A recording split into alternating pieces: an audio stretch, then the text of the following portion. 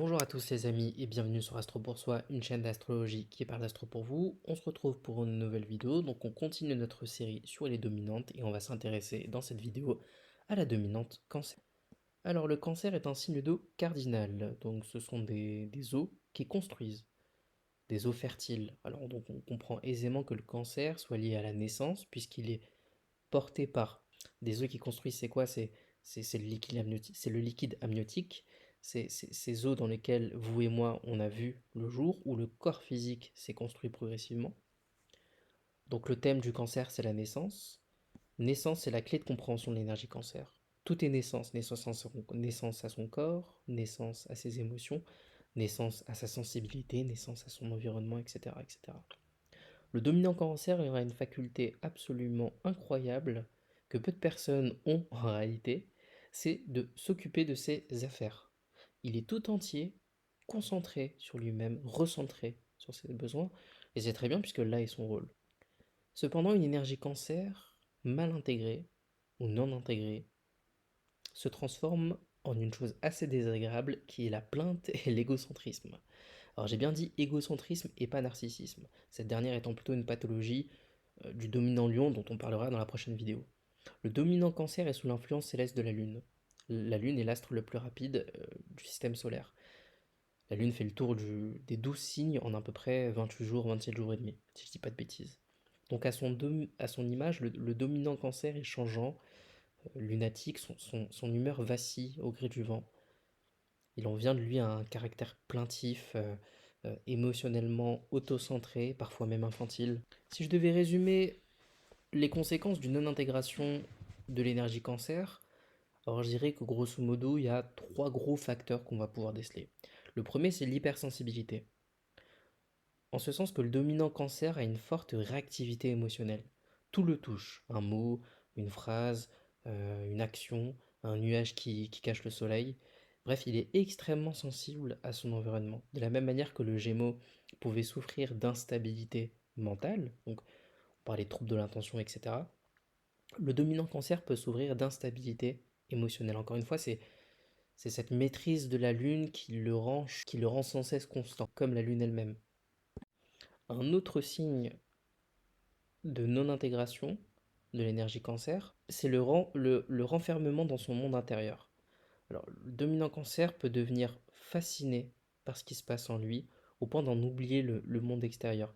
Si on pouvait symboliquement rattacher au dominant gémeaux la maladie de la schizophrénie, on peut, pour le dominant cancer, évoquer euh, symboliquement la maladie enfin toutes les formes de schizoïdie, c'est-à-dire l'enfermement dans son monde intérieur.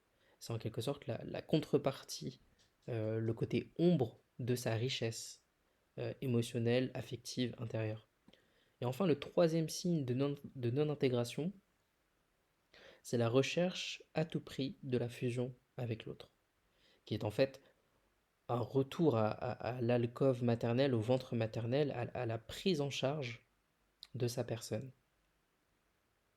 À ce moment-là, le dominant cancer est bloqué dans son rôle d'enfant et devient un adulte infantile.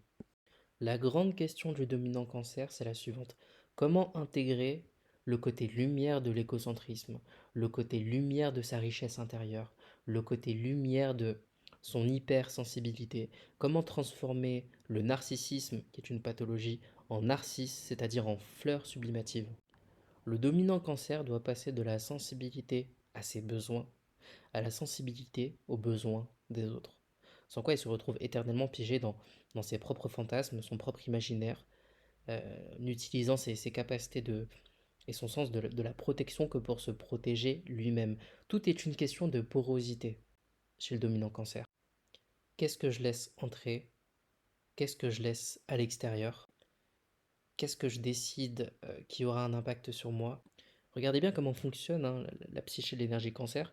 Elle a principalement comme but de faire prendre conscience au natif de ses besoins émotionnels affectifs, donc la maîtrise de la lune, donc son corps émotionnel, hein, ce corps émotionnel pour qu'il soit sublimé, il doit passer d'un corps émotionnel individuel à une conscience du corps émotionnel collectif.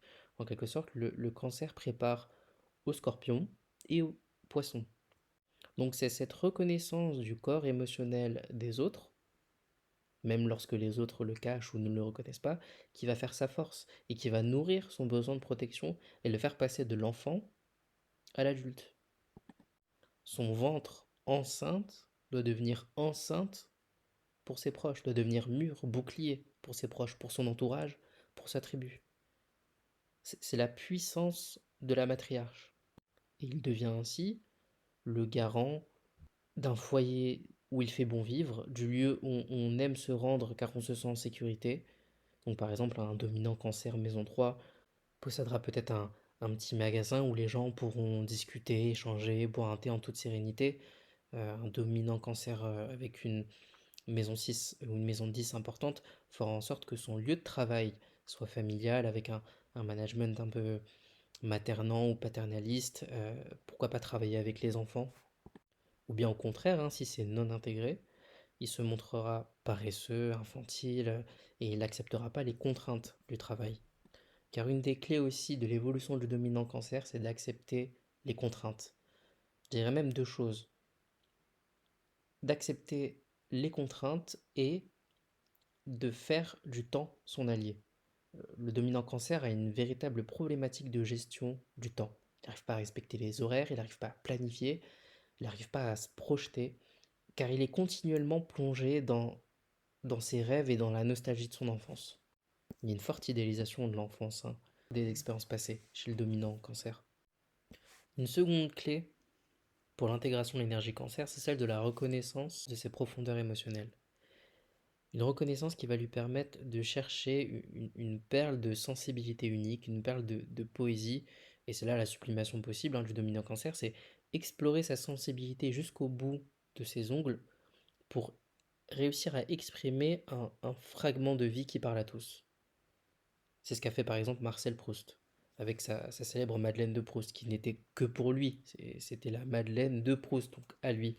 Mais maintenant, ça nous parle à tous. En fait, on en a tous une de Madeleine de Proust. Donc il est allé au bout de quelque chose d'extrêmement personnel qui finit par toucher toute l'humanité. Donc voilà les amis, c'était tout pour cette vidéo sur le dominant cancer. J'espère qu'elle vous a plu. Si c'est le cas, n'hésitez pas à lâcher un pouce bleu et un commentaire. J'y répondrai avec plaisir. On se retrouve la semaine prochaine pour une vidéo qui traitera du dominant lion. Au revoir.